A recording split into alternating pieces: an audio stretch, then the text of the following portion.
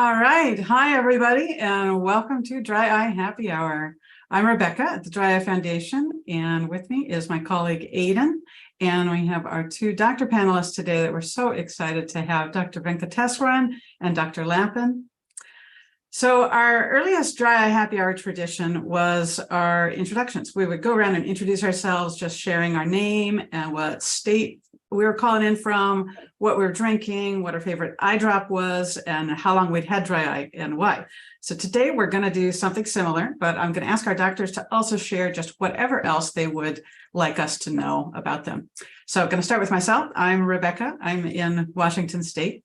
I am drinking sparkling water with grapefruit juice. And the only reason I'm not drinking coffee is our coffee machine broke today, and it felt a little too early for a cocktail. So my favorite eye drops, they change all the time. I'm pretty picky. There's not very many that I like. Right now, I actually like Evisia pretty well for the daytime. I don't even see that, but it's because of their bottle almost more than anything else. They have that really cool cap. And I generally keep a bottle of either Optase MGD or Sustain Hydration on my nightstand. And I've had dry eye since I had LASIK in 2001. Aiden, want to introduce yourself? All right. Hi, my name's Aiden Moore. I'm also in Paulsbo, Washington. I'm drinking the dregs of some Earl Grey tea. And let's see, I don't have dry eye. I don't typically use eye drops, but I'll grab whatever samples I can at the meetings just to have something. But I don't think I have anything right now. Dr. Venkateswaran, over to you. Hi, everyone. Thank you so much for having me. I am in Boston, Massachusetts. I'm drinking my Diet Coke here to keep me caffeinated. It's about 6 o'clock here. My favorite eye drop is also Ivisia, Rebecca. I love it. I wear contact lenses. It's preservative free. It's one bottle. I can put one bottle everywhere in different bags, and it does the trick. So big fan of that recently. Awesome. Dr. Lappin? Yes, and I'm Dr. Lappin, and I am in Phoenix, Arizona at Phoenix Eye Care in the Dry Eye Center of Arizona in the middle of a very intense heat wave out here. So I'm drinking lots of water right now and trying to stay hydrated. Right now, yeah, artificial tears, there's a lot of good ones out there, but two of my favorites, kind of from an oil-based one, Fresh Omega-3 has kind of always been my favorite, but like Rebecca was saying, the Sustain Hydration PF has been one of my favorites, especially I'm a contact lens wearer, so I've really been liking that a lot recently.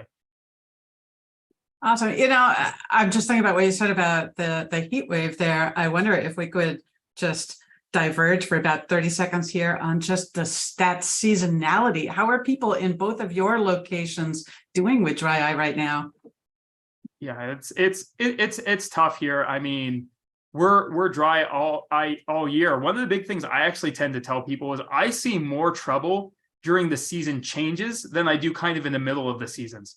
I mean, you know, our bodies are so good at kind of restoring that kind of homeostasis once they get some time, but the change between the seasons for here, believe it or not, our summer is actually more humid, if you can call 15% humidity humid, but it's really intensely hot. Whereas our winters, they're wonderful. It's like 70, 80 degrees, but our humidity drops. So each one kind of has its own challenges. And I normally kind of find that seasonality change tends to be the bigger trouble than being in the midst of a season.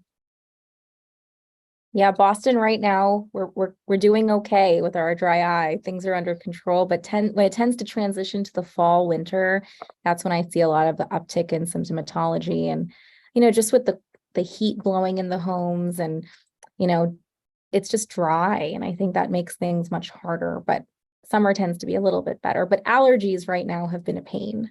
So a lot of that ocular itch and red eye and puffy eyelids have been something we're working to help. Mm-hmm. I always think when we're heading into the fall to that transition time, it's like summers in a lot of places are easier than winters, and people get into new patterns. And then they realize sometime in the fall, oh my God, I slacked off of half of those things I was doing. I got to pick it all back up again. Yeah. All right. Before we jump into our Demodex Blepharitis topic, I just want to take a couple minutes to talk about Dry Eye Happy Hour. Just for some context here, because this is our first Dry Eye Happy Hour in quite a long time. And I think a lot of people are relatively new to the community that are here today. Dry Eye Happy Hour was a Zoom webinar style event that we started doing right in the heart of the pandemic, when we're all pretty isolated at the time. So we had this isolating disease intersecting with just general isolation. And a couple times a month, we would pull together a panel of what we think of as patient experts. And we would pick a topic and wrestle with it. And the premise of this all was we patients are experts on living with our disease. And when we pool our community's experiences, powerful things happen. So about a year into that program, we decided to start tackling some medical topics, and we invited doctors to participate. And some of you might remember our scleral lens session in 2021. It was a lot of fun. Then, we're this teeny weeny little organization, right, with a gajillion competing priorities. And we took a break to focus on developing our private Zoom support groups, which are moving along really nicely now. We're pretty proud of them. We have 6 different groups. If you're not familiar with those, I would really encourage you to check out dryeyefoundation.org/calendar or look in the menu for the calendar. But this year we decided to circle back and restart Happy Hour. And we'll be tackling a broad range of topics. There's medical topics that I know people want to hear from us about.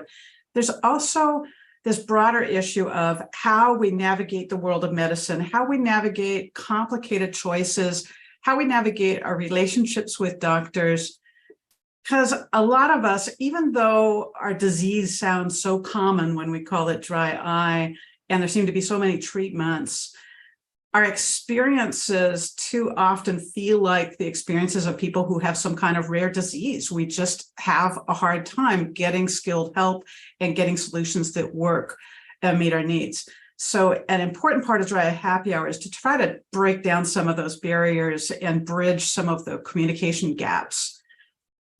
In our new Dry Eye Happy Hour sessions, I feel like I keep wanting to call it a season or something, but it makes it sound just an awful lot bigger than it is.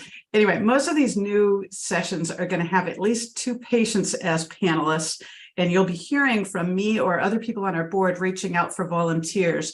But we will also have eye care professionals, and in some cases, other healthcare professionals or even industry professionals, depending on the topic.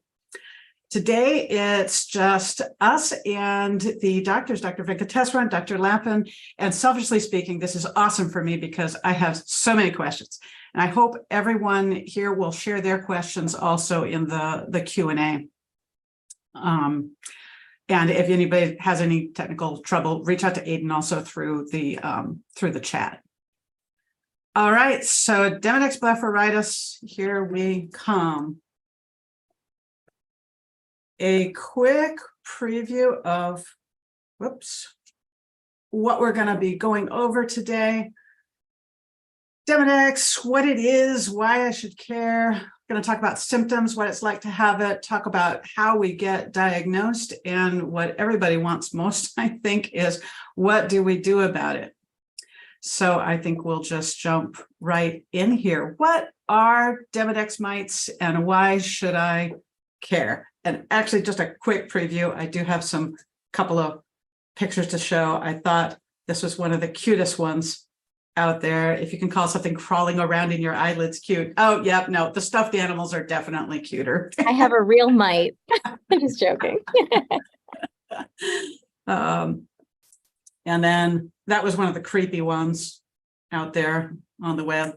Anyway, I think I will just leave it on this for now. I have other slides comparing the types. So if either of you just let me know what you want me to show.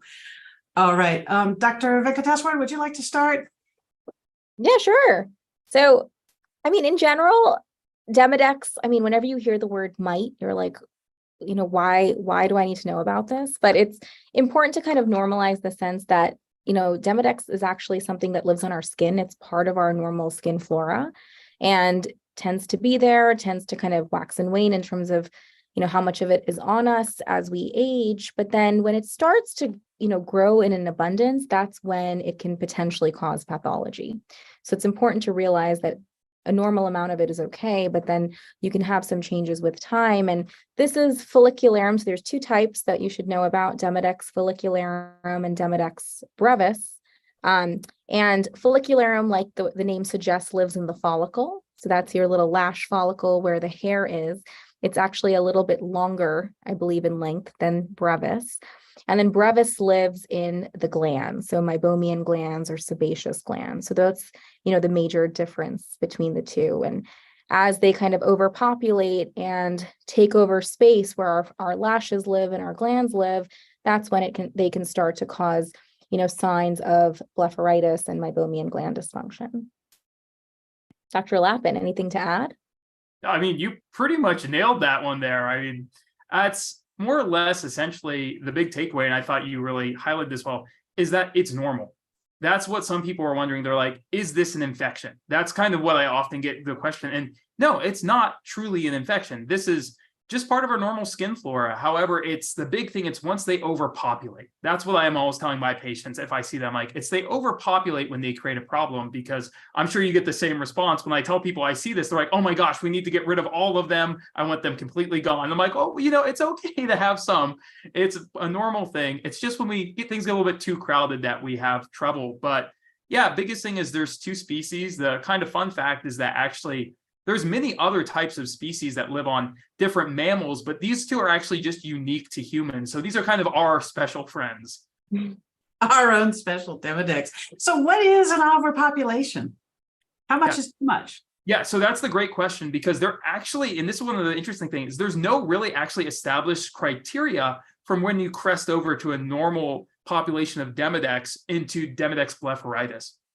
We do know, where this little preview of what we'll talk about later, there's little signs called collarettes, which we'll dive more into. If you have a certain number of them, if you have about 10, then it's more likely that you do have Demodex blepharitis. Again, not 100%, but that's where, at least for me, I always my criteria is if I see a patient is becoming symptomatic or having other signs, that's where I'm considering that we've now crested over from a normal population into pathology. Whereas I have seen some with just a few signs of it, but they're doing relatively okay.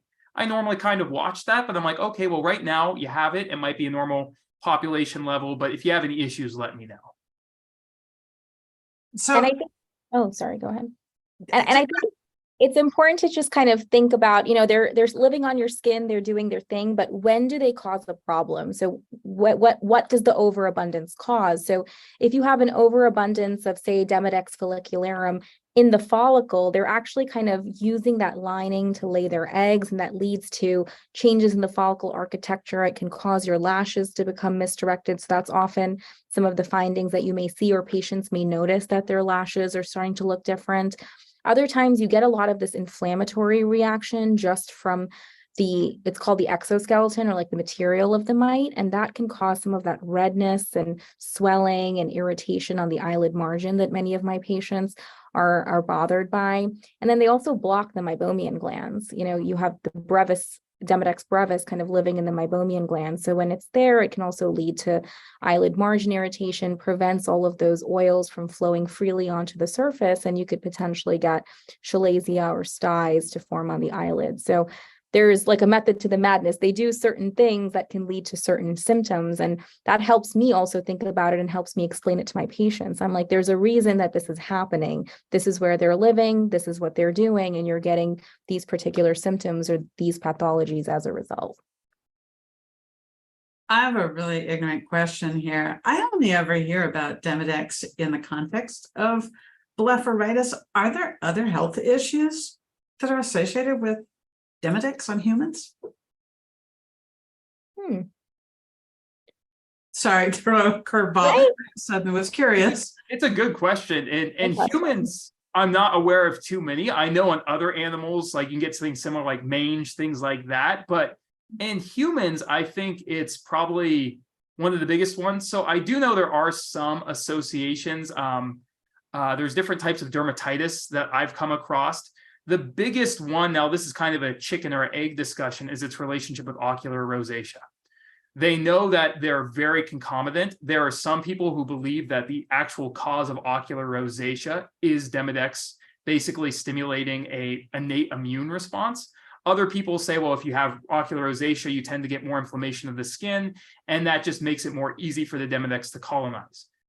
We don't know one way or the other, but we do know that the two tend to coexist a lot. So I would say it's at least a highly associated condition, because you can get Demodex all on the face. And I've seen it down in the lower cheek area where you're going to have some of those inflamed patches.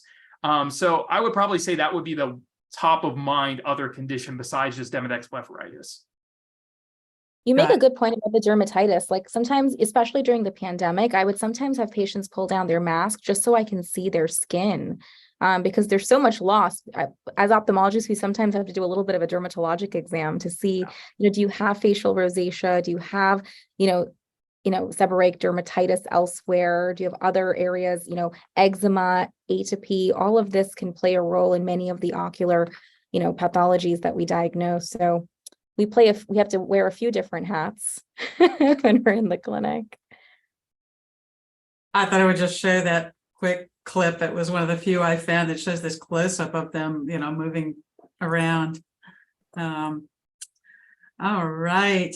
So shall we move on to symptoms? What do people experience with blepharitis? What is it like for us from a patient standpoint? Sorry, put that back up. I think the biggest hallmarks for me are the biggest things patients tell me are eyelid redness and eyelid itching. Those are probably the two hallmark findings. And I always ask patients, like I've even trained my technicians to do this. When patients come in saying, my eyes are itchy, I go ask them if the eyeball is itchy or the eyelid is itchy. Because there's such a distinction between the two. And as a corneal surface specialist, like I see a lot of surface pathology, but I also see a lot of eyelid pathology. So I really need to distinguish like what is the root cause of the patient's symptoms. And that has been really helpful. Like my patients will sit and be like, wait, I've never thought about it. I guess it's my eyelids. Or others will be like, no, it's truly my eyeball. I rub it. And so that is kind of an important distinction. What do you think, Dr. Lappin? I mean, yes, preaching to the choir on that. I asked the exact same question because it yields such important information. I mean, the big thing, working with a surface like this the same way, I always remind people and our colleagues that the ocular surface is more than the cornea and the conjunctiva. It's the lids and the lashes too. And we tend to forget that. And the whole system has to work in concert for us to adequately, basically be able to blink, have stable tear film. You need to assess every part of it. So I asked the same question. And I see the same things. One of the actually number one symptom of Demodex blepharitis is itching. And what you just asked really helps to figure out what's the source. Because ocular itching, ocular allergy tends to be, for the most part, it's normally the eyeball itself. Whereas when I'm looking at the lids, I'm like, okay, something else is going on if the lids themselves are really itching. And the other thing, and you've probably noticed this as well, is recurrent lid swelling. What's the other thing? A patient comes in and they say, my lids are swollen or my eyes are swollen. You're like, well, what does that mean? Are we talking your eyelids? Are we talking your eyeball swollen? But a lot of times where these patients have this recurrent, sometimes intermittent swelling of the lids, I'm thinking of Demodex a lot because that's one of the things that can just cause this recurrent transient lid edema. So yeah, red, swollen, itchy lids, foreign body sensation. But the big thing I always think about this too is, what else could these be signs of? Allergies, baseline dry eye. They sound like everything else out there. So you really have to be going beyond just listening to the symptoms here to really figure out if this is Demodex, because you could just chalk it up to garden variety dry eye, which they might also have. But if you're not addressing the Demodex component, then they're going to keep on being symptomatic no matter how good your other treatments are. Absolutely. And I sometimes have patients come in saying, I've been diagnosed with conjunctivitis recurrently, or I've been told I have, dry eye. And I always emphasize that you can have them together. You can certainly have blepharitis and lid margin disease, but what happens as a consequence? Well, you're not getting oils on the surface of your eye. As a result, you're getting, an unstable tear film and you're getting dryness as a result, but also you have inflammation. So conjunctivitis is just a generic term for you have these little bumps on your conjunctiva called follicles, and they can be caused by a variety of things. So it's not always just viral, but it can be inflammatory, it can be allergic. So kind of showing that you can have a combination of findings is completely okay and part of that disease process.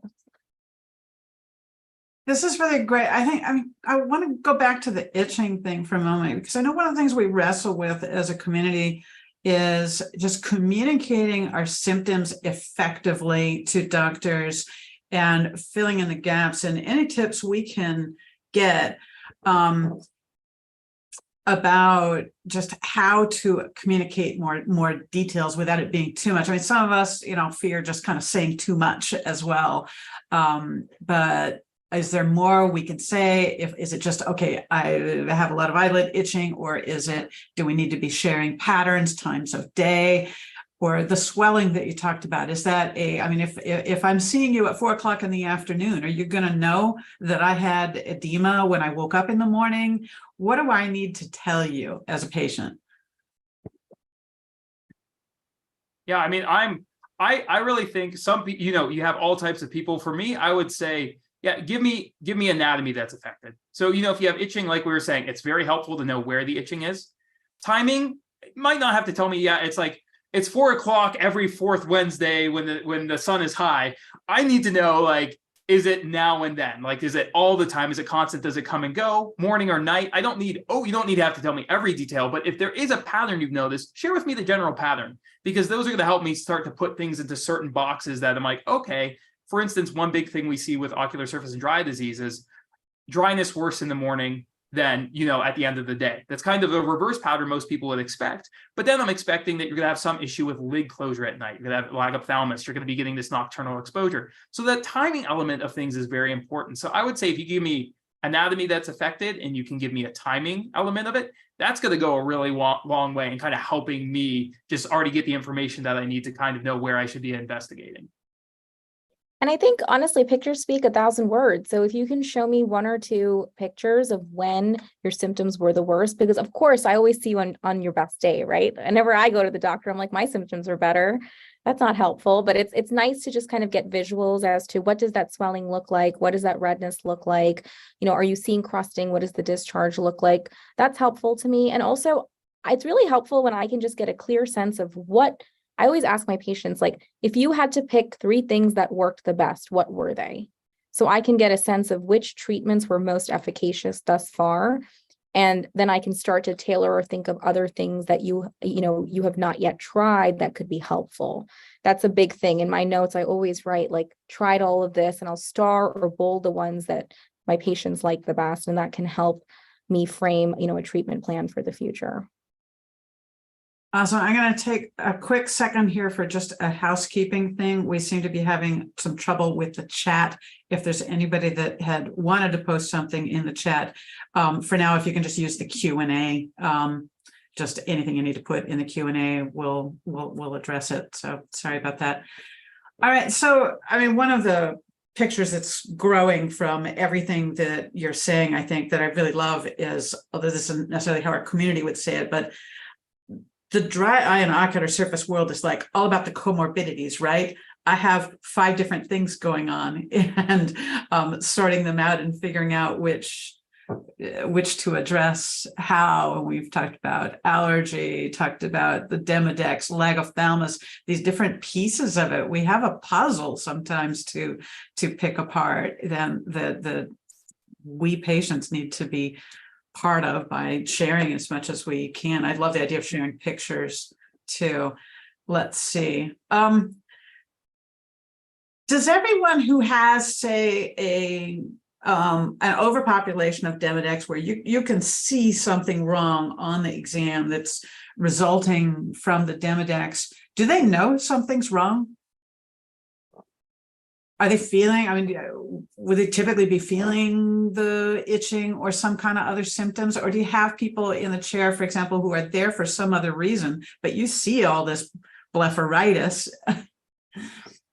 Yeah, it's very dependent. I know you see this. I will say that the classic patient I think of is normally I'll have a male patient, 80 years old, and I look at his ocular surface. He's got collarettes, red inflamed lids, they're drooping down. And I'm like, are your eyes dry? And he's like, eyes have never been dry a day in my life. They feel absolutely fine. And I'm like, are you absolutely sure about that?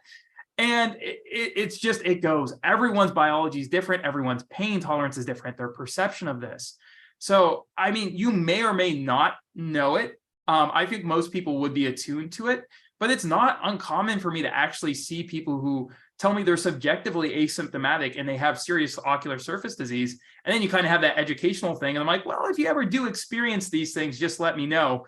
Almost inevitably, when they come back, they're like, now that you mentioned it, I do have this issue. But it really is an amazing thing how people can become accustomed to just living with certain things. And what would bother most people doesn't seem to bother them. At least they don't think it does until they've really started thinking about it.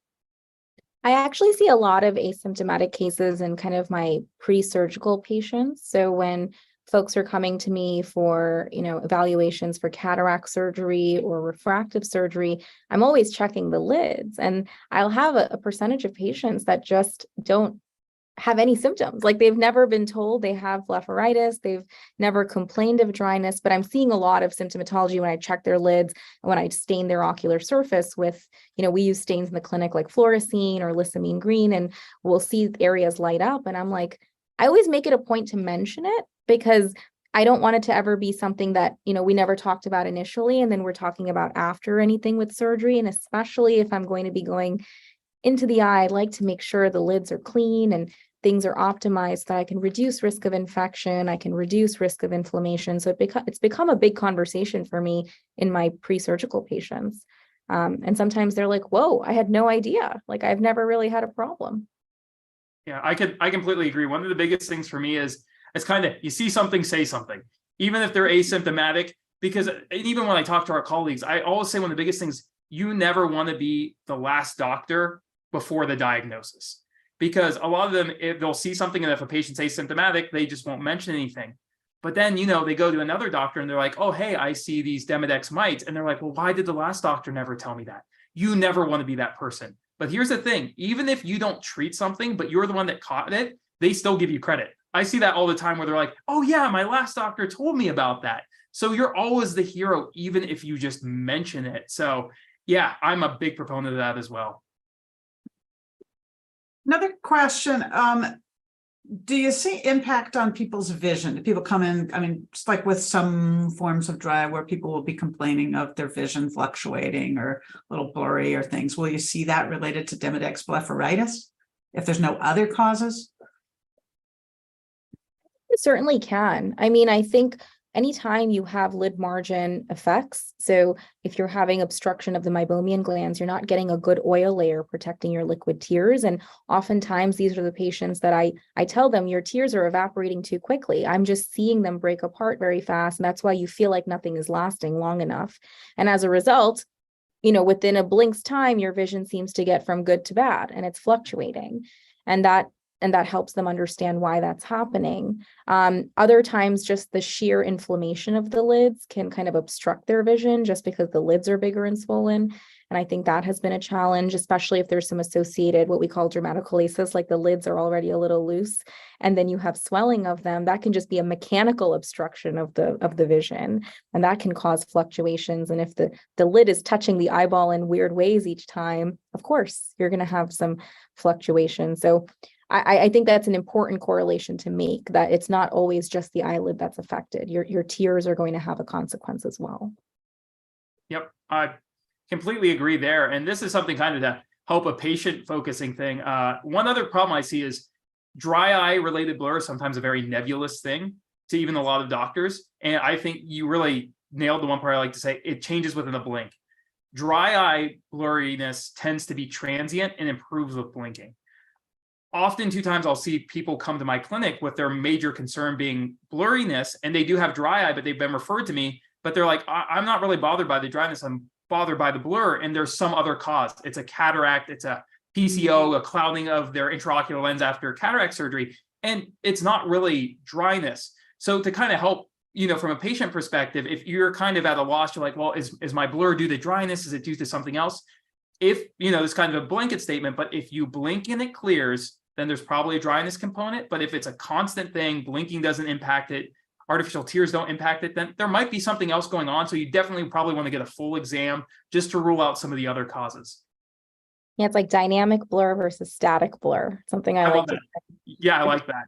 I'm always just like, is it a moving target or is it always there? Because that helps me. It's like literally in my brain, I'm like, okay, what can change every few seconds and what's going to stay the same all the time. And that will help me diagnose the pathology a little bit easier too. Yeah, and that's Such an probably important. So Yeah, go such ahead. an important Go ahead, point. Rebecca.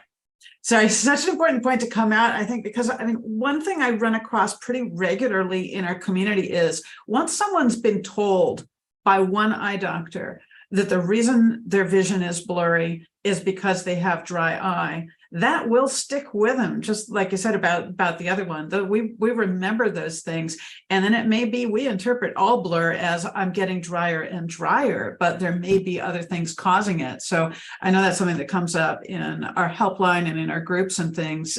If somebody's got steady vision blur, then there might be something else there to look for. And sometimes, like, you know, in these asymptomatic cases, like I like to educate the patients, like, tell me if these certain things happen, because then I can say it's associated with your blepharitis, like your lid swells, you're getting itching, you're getting crusting, like come into the office and let me know, because then that's perhaps a sign that, you know, something is changing. Just because it wasn't symptomatic when I saw you today doesn't mean it could change in, you know, 6 to 8 weeks. We never know. The body changes all the time, and that's completely fine. I think being educated on the symptoms is so important. And I think when you're aware of it, then you can catch it a little bit sooner. All right, I have one more question on symptoms, and then I know we've already gotten into some parts of diagnosis, but we're going to just switch entirely to that in a moment. And that's any favorite tips about, other than describing symptoms and sending photos, any like symptom questionnaire that either of you are fond of using to help us quantify and communicate ocular surface symptoms?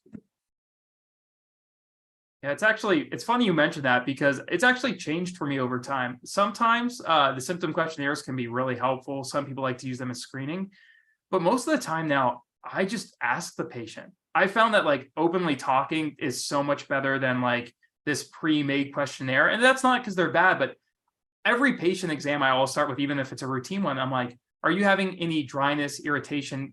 How are you doing comfort-wise? Because that's an open-ended question, because I want open-ended answers for this. Because sometimes, I mean, how many times have you encountered this where a patient, you're like, do you have dry eye? And they tell me, I don't know what that means. It seems to us like that would be such an obvious thing, but I've gotten that a lot. They're like, I don't know what it would mean for my eye to be dry, because their eyes could be watering and they think that's the opposite of dryness. So I just ask them openly, I'm like, tell me about your symptoms. Tell me, are your eyes ever uncomfortable? And based off of what they tell me, that's going to inform me more than really, to me at least, I like that better than the questionnaire, because I'm getting it directly from the patient and they're telling me their individual experience. I actually totally agree. I don't use any questionnaires in my clinic. I think there's certainly value to them because there's an objective number sometimes, right? Like with the different questionnaires out there, we have a score, and then we can do the pre-treatment score and the post-treatment score. But sometimes I don't know that they truly reflect, you know, the patient's experience or, you know, how much improvement we have made. And so I think I sometimes just kind of bold certain things the patients say, like for my own notes, like certain things that were really bothering them. And I'll kind of go back to that, you know, 3-month follow-up, and I'll be like, tell me about how this feels now. Like you told me so specifically that, you know, it felt like it was burning at this time of the day. Does that feel better to you? And if we both identify there's an improvement, I feel like there's like a mutual like yay moment, because we've made an improvement in that one specific symptom, which was so bothersome. I think that holds more value than like having a speed score go from like X to this.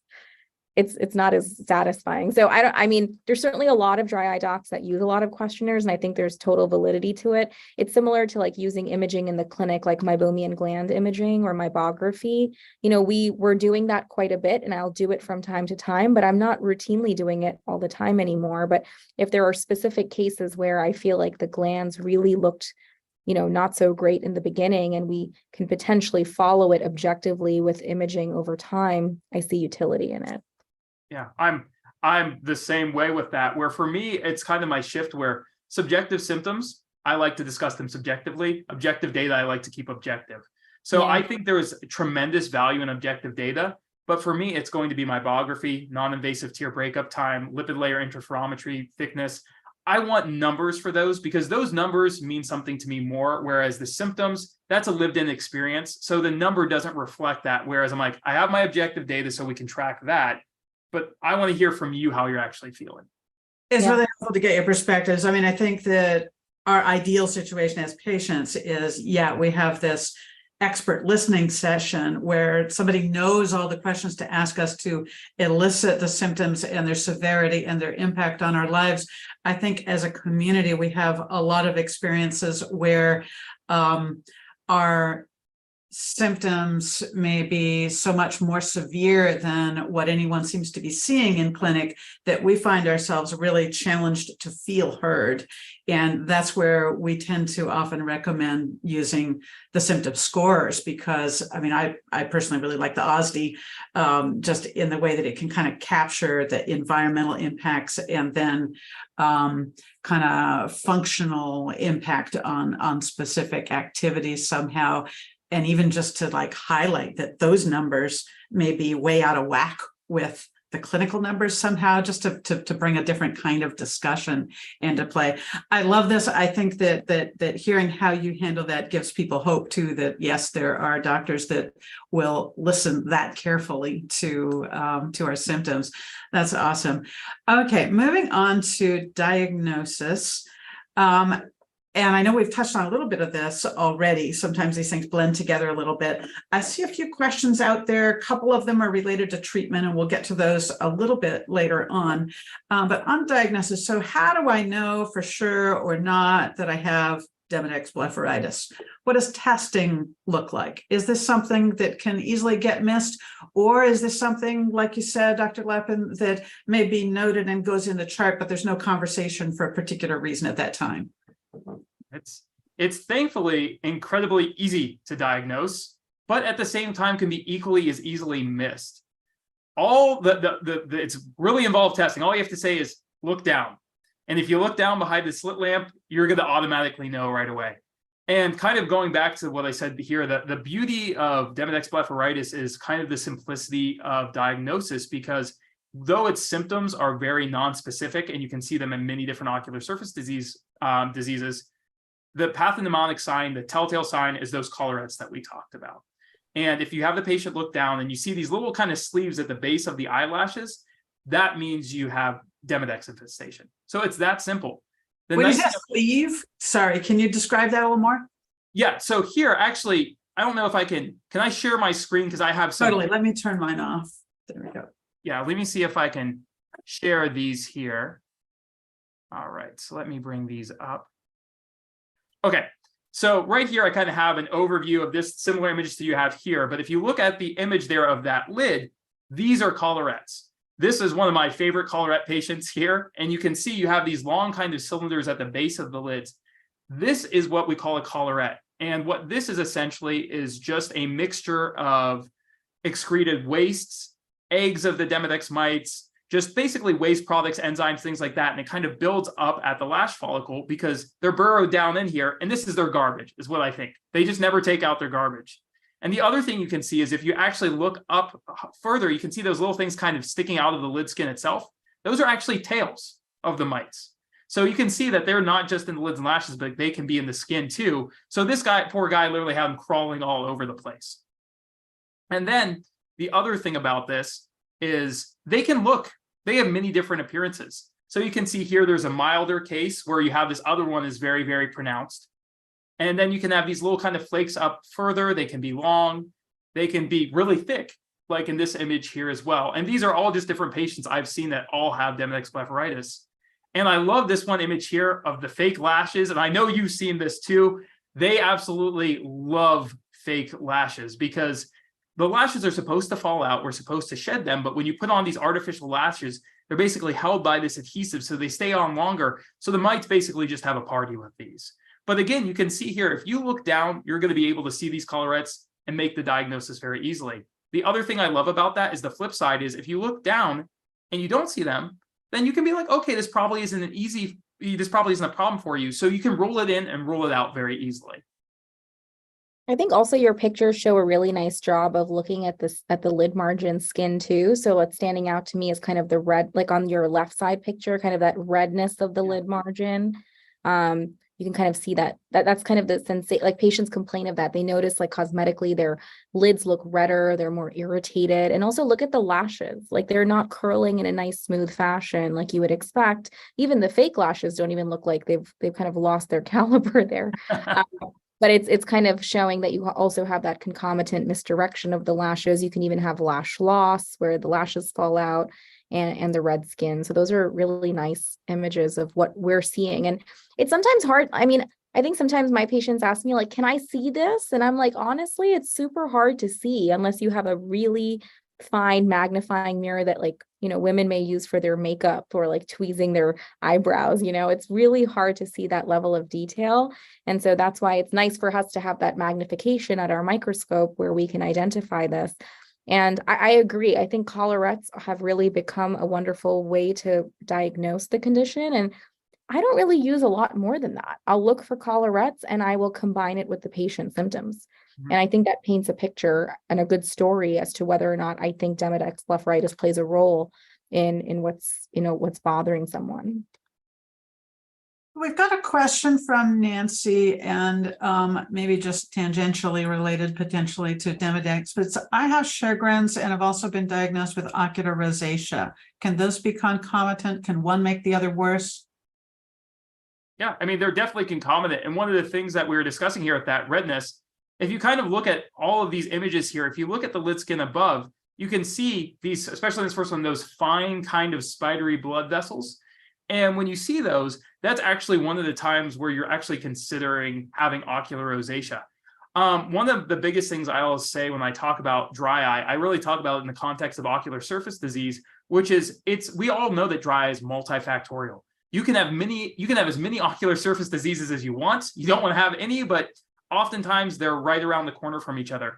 It is unusual I ever have any dry eye patient who only has one thing. I often joke that dry eye is two kids in a trench coat pretending to be an adult, one person. It's multiple things that basically become dry eye. Dry eye is more of a syndrome, really, in my opinion, than an individual entity. At least that's how I view it.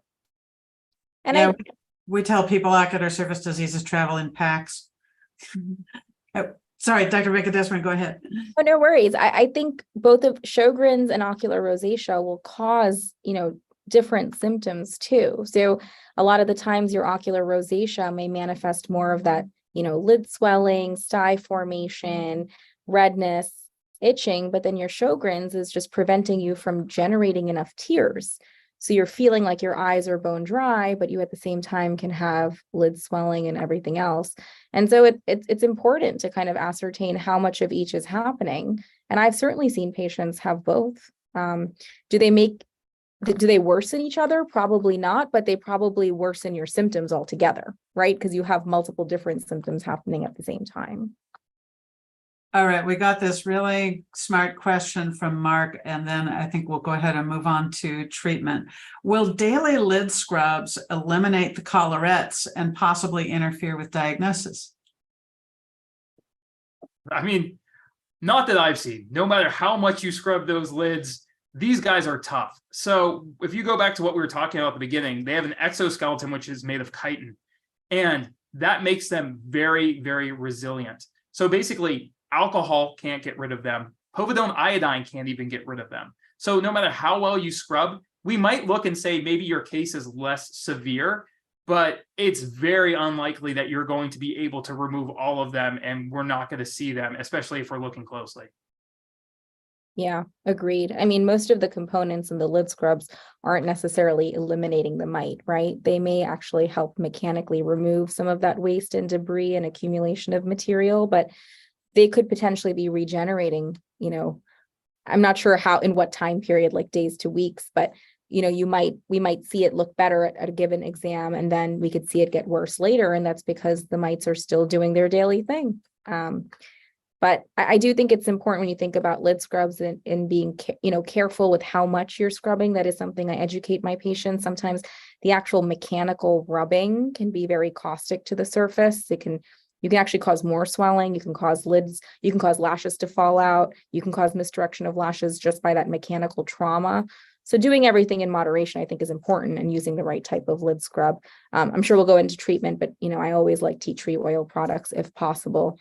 in the lid scrubs. I think they do a better job of trying to remove that debris than other products. Yeah, and I love that you mentioned that too, because for my cleansers, I actually tend to stay away from scrubs for the exact reason that you mentioned, because most of the scrubs, well, like you said, used maybe in moderation, they tend to naturally be abrasive to help scrub, but the lids are very, very sensitive. And we actually do want a little bit of oil. Like you said, it's amazing how much overlap with dermatology I feel like we have so much, because you do want a little bit of oil on the skin. You don't want them to be bone dry. That's the reason why I always tell people, do not use baby shampoo.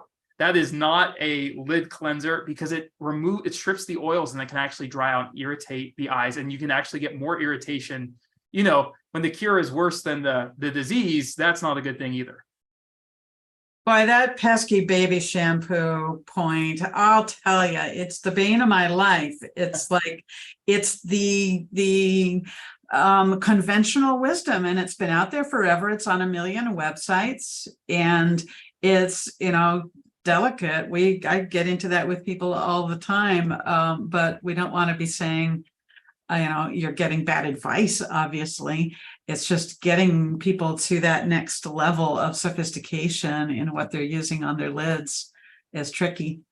I think it's also, sorry, one last point. Just, I think it's important for patients to realize that Demodex is not related at all to personal hygiene or cleanliness, right? I think many times the cleaning and the scrubbing is a worry that they're, you know, something like they're doing something wrong. And I'm just like, no, this is just kind of like a natural process. This is what this mite is doing, and you're seeing the byproducts of it. We need to find the treatments that will be tailored towards controlling it to the best that we can. You know, there isn't anything else that you need to do differently as a result. And I think that helps make that conversation more real and normalizes it a little bit more. And I think that's important, right? If I was a patient sitting in a chair, like I would certainly be worried. I'm like, why are you telling me I have mites? Like I shower every day, I clean myself, like I wash my face, like what else should I be doing? And I just try to emphasize to them, this isn't anything like, it's not an infection. It's not anything in that category. This is really kind of an overabundance of what already lives on your body. Yeah, that's a good point, because there's no shame or judgment, because I think you're right, because some patients could perceive, they're like, oh, is this mean I'm being uncleanly? Where no, a lot of this actually too, if you look at the research, there's a genetic component to this. And, you know, there's things that we just like really aren't able to control about this, but I completely agree that that's one of the big thing is, and actually even amongst our colleagues, that's a big misconception. I feel like I still see is they're like, oh, that this is hygiene related. And I think some of that comes from the fact that we talk about lid hygiene as a potential like treatment. So they're assuming that the opposite of lid hygiene is I'm not being hygienic, when that's not really what we mean by that. It's just that you might need a little bit more TLC for the lids and lashes to be able to kind of help address this. I love that you reframed that hygiene question. That's really helpful. All right, going on to treatments here. And there's a lot to talk about. Can we start, if you wouldn't mind, with kind of home care? Things people can do at home that may help and that won't hurt. Hurt as in won't make things worse, like we're talking about with baby shampoo or things. Yeah, whichever you would like to dive in first. Tell us about what we can do at home. Yeah, so one of the old standbys, which has already been mentioned, is tea tree oil. You're going to find that pretty much across the board, and it can help. It's the one big thing is, though, I sometimes say it's an imperfect solution, mainly because tea tree oil is a kind of a harsh compound. That's the reason why it's able to take out these really resilient mites. Typically for me, for maintenance, I like to have patients use a tea tree oil foam. And I like foams because they get in all the nooks and crannies. That's why that's kind of one of my preferred cleansers. I usually use a gentle formulation, like a 2% tea tree oil foam. Now, with that being said, if you really kind of look about what concentrations you need to get up to kill the Demodex, they are way, way higher. But at the same time, like I said, it's harsh stuff, because there's an old thing called a swab stick. I don't even think they make those anymore, but she's smiling because she knows about these things. You only recommended using these in office because they were so irritating that you basically broke it, that went onto the swab and you put it on there. It was 50% tea tree oil and it burns. It's like napalm on the surface. So I'm like, okay. And again, this goes back to one of the traditional goals is I don't need to completely eradicate the population. I just need to bring it down to a manageable level. So that's why I would normally use a cleanser. With that, I would sometimes use for patients who are a bit more sensitive, an ochre-based cleanser like Zocufoam is another one that I would use. And as far as dosing, it could kind of go back and forth over time because 6 weeks is kind of the standard Demodex time period for treatment because their lifespan is roughly 3 weeks. And you want to go through 2 life cycles because if you take out all the adults, there's still going to be potentially eggs that are left behind that will then repopulate. So that's one of the big things. And I also am very big on using hygiene of the eyebrows too, because if you get the lids and lashes, but you leave the eyebrows up top, they can just migrate down and basically cause a reinfestation. That being said, one of the exciting things too, which sure we'll hit on more of, actually by pure chance, it ended up being today that we actually got the first FDA approved treatment for Demodex blepharitis in the form of XDEMVY. So we now have a new option too. But it's going to be interesting to kind of see how that plays out, having now a FDA approved treatment and some of the old standby just kind of lid hygiene routines. What about, and Dr. Venkateswaran, any other thoughts from you too on the kind of lid hygiene and tea tree, as well as what about heat? I had a question from someone the other day who had seen that the event was going on. And one of their questions was, will warm compresses help kill Demodex? Well, I don't think the warm compresses will kill the Demodex, but they will help with lid margin inflammation and obstruction of your meibomian gland. So I always encourage warm compresses anytime patients have MGD because I think that's helpful. One other thing I use too is hypochlorous acid. I think sometimes foams are great, but also just a spray like Avenova is helpful. And also like I use Avenova. I love it because you just spray it and it just air dries and you don't have to think about it after. And you can even spray it like you're doing eyebrow hygiene. Spray it on the periocular skin. It's totally safe and it's not caustic at all. So that's, those are simple things that can be helpful as well. Could you compare like tea tree wipes or foams to hypochlorous? Yeah, that's so that's actually a really big point I like to make because I love hypochlorous acid. So for my own routine, I actually use hypochlorous acid in the morning and I use tea tree oil foam at night when I shower. And the reason for that is because hypochlorous acid is amazing at bringing down bacteria because it's made by our own body's immune cells to fight off basically bacterial pathogens. It's not so great actually against Demodex mites. That being said, it doesn't mean it doesn't have utility because Demodex naturally are vectors for bacteria. They have staph and strep species that live on the exterior and they have bacillus species that live inside of them. So I kind of like a 1-2 punch sometimes where I'm going to have something that's going to address the bacterial element and the hypochlorous acid while also having like the tea tree oil cleanser, which is focusing more on the mites. So I really am kind of big on mixed mechanism treatments. So that's kind of how I like to use those both if I see a patient has signs of both. And is there, thank you, for the tea tree things, I know one of the things we struggle with sometimes is not all of the products are going to say how much tea tree oil is in there. So it's hard for patients to figure out what to use. But for the ones that do, is there like a minimum concentration that we think needs to be there before it's even worth bothering with? Any thoughts? I mean, I use basically the one I typically use is 2%.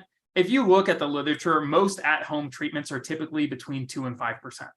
So that's what I would say to shoot for. Again, remember, this is a very potentially irritating compound. So I think that is enough where it's going to give you some benefit. It's probably not going to be, the highest level. But if I would want to give some good general guidelines for patients, I mean, the one I use myself is 2%. So that's what I would probably say to shoot for.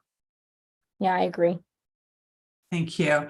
All right, we've got a question from someone about castor oil, just kind of staying within that realm for another quick moment about what people can do at home. Does castor oil help with blepharitis? I mean, that's a broader question, but if we're saying an awful lot of blepharitis really is Demodex, is castor oil relevant?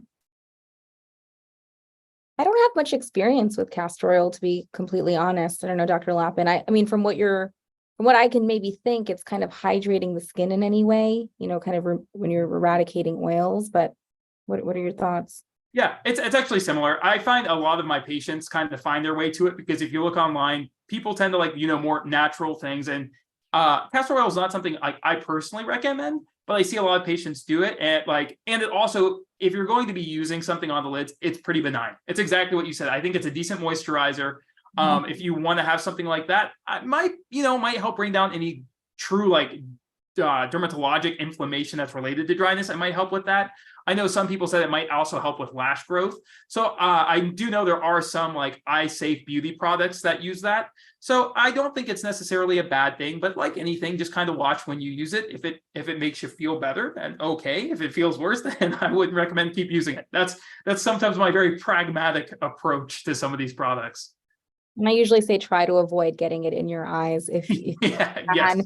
just because once again, I am not 100% sure what effect it may have on the surface, and I don't want to add fuel to the fire. So on the skin, you're probably a little bit safer, but agreed. Awesome, thank you. All right, in other areas of treatment, I know a thing we get questions on a fair amount is the other kind of in-office procedures and things that may or may not help with Demodex. We've got a lot of in-office MGD treatments and things.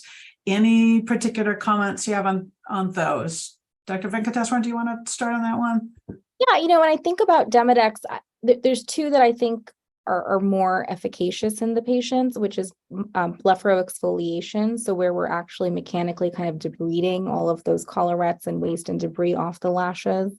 And also intense pulse light therapy, IPL, has also been shown to have, good effects, especially in patients that have ocular rosacea. So I think those two can be more beneficial. Certainly thermal pulsation treatments can play a role, but once again, I think they're working more on the meibomian glands themselves, perhaps not removing any of that debris and waste on the lid margin. So perhaps a combination of them can be helpful. I always talk to patients about multimodal treatments, and something like, doing IPL and debriding or doing IPL and expressing can be, beneficial as well. Yeah, I mean, couldn't have said it better myself. Those are the exact ones I kind of go to, those microblepharoexfoliation procedures where you're physically kind of removing the pro-inflammatory debris. And yeah, IPL is a really, really good one, because basically what they know there is when you have that bright flash of light, the exoskeleton of the mites actually contains a pigment and it absorbs that heat energy. So it basically cooks the mites.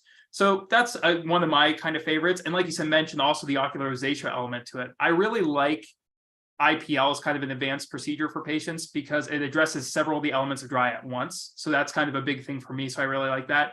And I really liked your point about the thermal pulsation. Though it is an excellent treatment, if you think about it, if the mites are physically obstructing the gland orifices, you could kind of pump all that out, but they're going to go right back in. So you're kind of chasing your tail. Well, you're chasing the Demodex tail on that one. You really kind of have to go and address the Demodex first, and then it would probably be better to go back, like you said, the multimodal. I think it might be better to start with an IPL and then maybe do thermal pulsation after that, once you've kind of brought that mite population down. And before thermal pulsation, I always recommend some form of lid debridement with microblepharoexfoliation to really make sure you've got those orifices open, so when you're actually pumping it out, the stuff can actually come out. It's a good deep clean.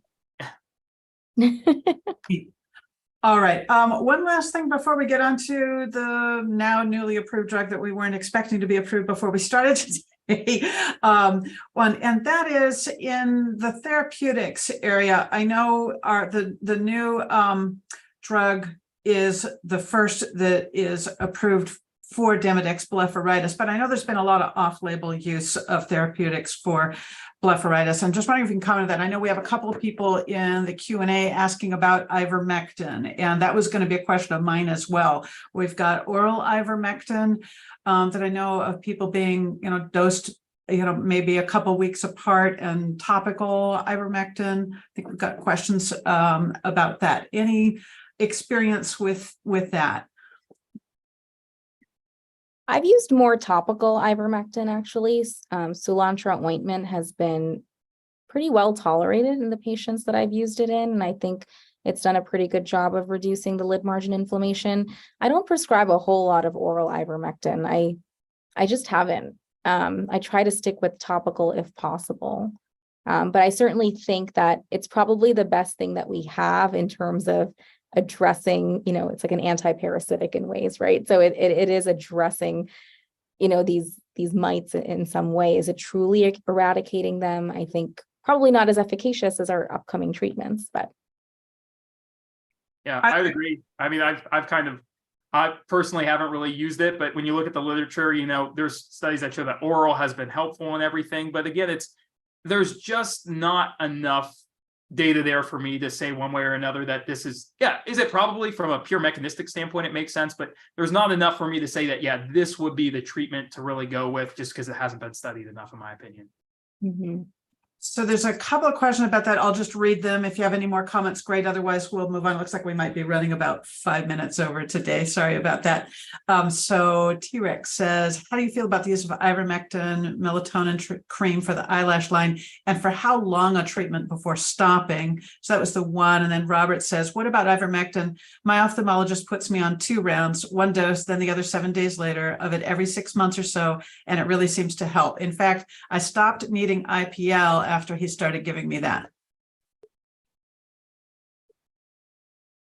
That's awesome. That's so great to hear. That kind of gives me some ideas, if needed. I've typically done Soolantra for about 5 to 6 weeks, and then I stop, and then I tend to see how patients fare, see them every 3 months or so, and I can, repeat it. It's not the best covered ointment either. Many times patients have to pay cash. So I am mindful of that. And I try to minimize, how much I'm making you pay, but I certainly have seen, good eradication of kind of the inflammation and the collarettes with it. All right. Shall we move on to the new one? Who would like to tackle that first? I mean, it's, it was, we were actually talking about this when we first jumped on. We did not plan this anyway. We could not have, but we actually did get, like I said, the FDA approval of the first ever treatment specifically indicated for Demodex Blepharitis. And we got it a month early, exactly a month earlier than what the decision point was. So basically, if you kind of look at the background for this, the dosing of it, it's an ophthalmic drop. It's lotilaner solution, which basically the mechanism of this is it paralyzes the mites. So that's its kind of mechanism of eradication. And it's dosed twice daily for 6 weeks, which is kind of what I was saying before. It's that 2 life cycles of the mites. And the data is really, really promising. It's able to bring down, I'm thinking it's like close to like 55%, I think, of patients at the end of the course had 2 or less collarettes on the upper lid, I believe. So it's really able to bring down those collarettes and the mites pretty successfully. So I'm definitely excited about looking forward to using it. I think the great thing is it's a drop, right? Easy to use. Twice daily dosing is nice. And not only is it eradicating the mites, but it's also giving us some objective things to look at as the clinician. How many of the collarettes are gone and how much erythema is better. So those are 2 things that we can follow on patients that we use it on to give us a sense of, how is it working? And I think the thought is to use it for a 6-week course and see how patients do. And I think we are probably learning as to, how many repeat cycles we may need to do. I'm not completely sure of that yet. I think it'll be interesting to follow patients long-term to get a sense, but that will help guide, how many rounds we may need to do, similar to like the patient that had the oral ivermectin, doing it, a few weeks apart and then seeing how they're doing every 6 months. I think we're going to establish those timelines as we start utilizing it in our clinics. Yeah, and I agree. I think that's going to be the exciting thing going forward because, and especially, I mean, I am so happy for our ocular surface patients because this is one where most of them, when they tell you you're going to be on this, theoretically, you could be on it for life. This is one where I'm like, you've got a timetable. We got 6 weeks. We might need to do it again in the future, but you know how long you're going to be on it versus, okay, well, here's your 2 drops a day for the rest of your life. So I just kind of like the fact that this is different from what my typical discussion is when it comes to a prescription treatment. That's such a good point. I have so many patients that ask me, like, how long do I have to be on Restasis? How long do I have to be on oral doxycycline? And, sometimes as the provider, I'm just like, there is no real good answer to this. I truly am trialing this a little bit to see if I take you off of it, what could happen? Or is there a point at which we just stop it after a year and see how you do? And I think dry eye and ocular surface inflammation can be so different for each patient that I don't think that there's a set regimen all the time. But hey, with Demodex mites, we know 2 life cycles is 6 weeks. So I love that I have a number that I can go with. And that finite sense can be reassuring for the patient and for me. Question. This is partly based on a question that's in the Q&A. XDEMVY and preservatives. Do we have a preservative in it? Is it preservative free? I believe there is a preservative in it, but it's not BAK. Okay, that was the question. So Carrie had said, any preservative-free drops in the pipeline. I was in the Tarsus Saturn V study and had good results with eliminating the Demodex, but developed dry eye symptoms about 4 weeks in. Wondered if the drops had BAK. So they don't. Great. No BAK. Okay, so the question of whether a PF version will be out, I think we're gonna have to refer that to the company. And yeah, again, the approval kind of caught us off guard, weren't ready for all actual XDEMVY questions here today. But great, so twice daily for 6 weeks. I'm wondering what you think of, like, say these people who are doing home care all this time and kind of keeping things under decent control. Do you think they're going to be motivated to switch to a drop? And if it seems likely that they'd be able to just drop the hassle factor of the daily home care type treatments, is my question making sense? I'm just thinking of just kind of compliance issues too. A lot of people have a hard time keeping up with all this lid care. 100%. I mean, it's like the patient who's mentioning that after 2 cycles of ivermectin, he could stop his IPL, right? I mean, think about cost and think about daily compliance. Like if we could potentially do, the eye drop treatment and then see how the patients are doing. And if they can reduce the amount of eyelid hygiene, perhaps to a few times a week versus every single day, or the number of products they need to use on the eyes, I think that's a huge win. I'm not sure what that's going to exactly look like. And I think it could be a subset of patients that can get off of hygiene all the time and probably a subset that need to continue doing that. But I think there's room for kind of reducing the burden of home care with a therapeutic that's actually attacking the mite itself. Yeah, that's one of my big things I always say too, is that one of my treatment philosophies is I want to keep a dry and ocular surface disease patient on the lowest number of treatments that keeps them comfortable.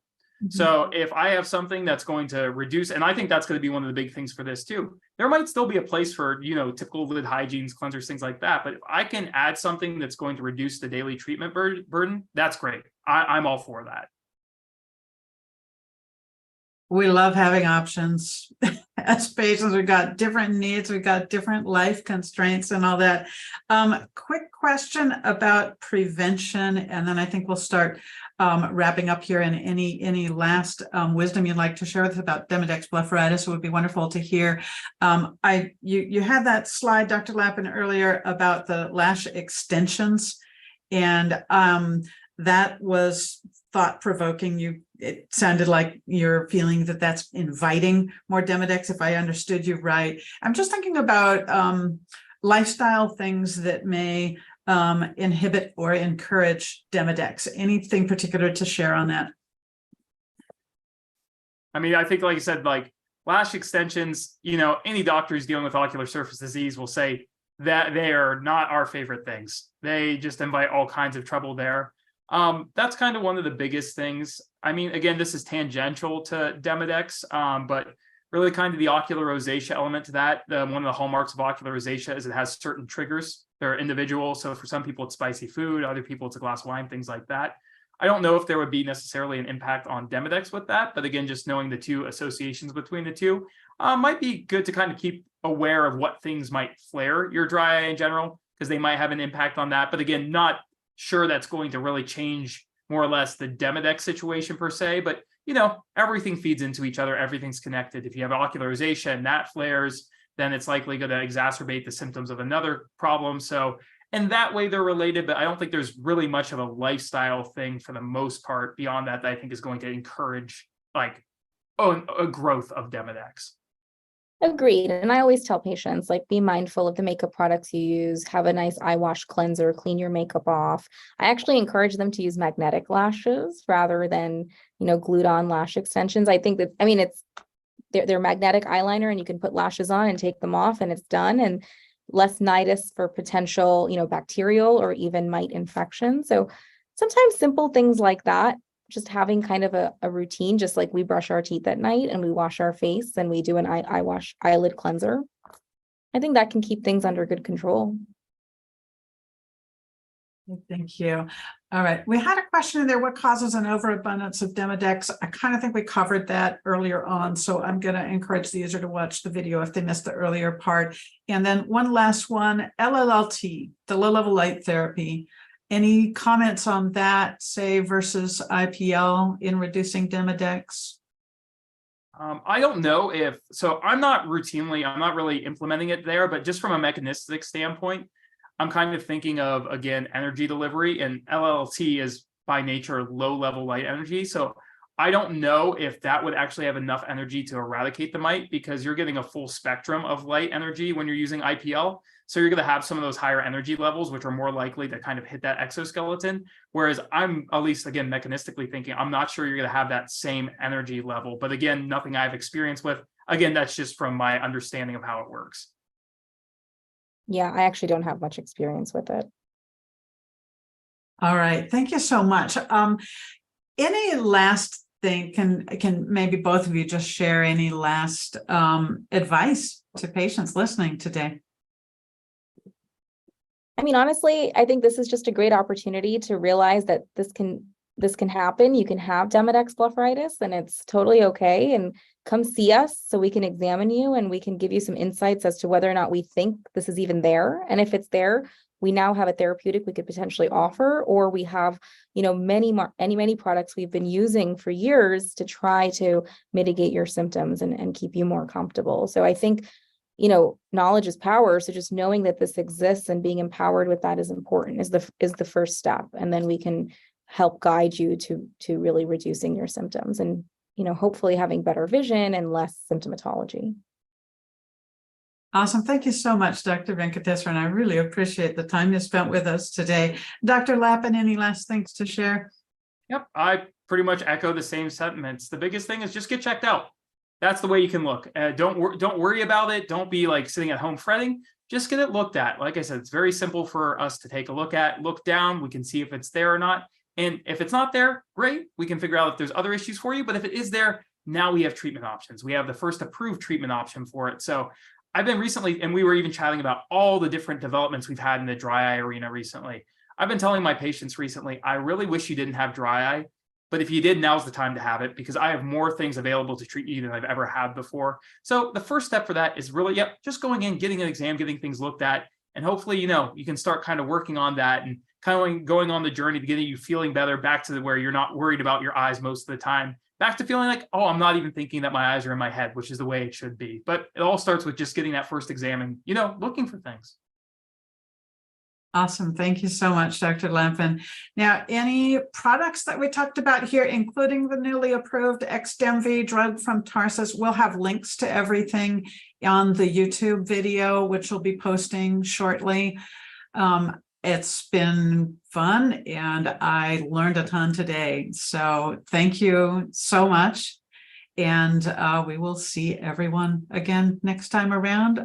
We'll be posting the timeline for the next happy hour session pretty soon on the calendar on the Dry Eye Foundation site. So thanks so much, everybody, and have a great evening. Thank you for having me.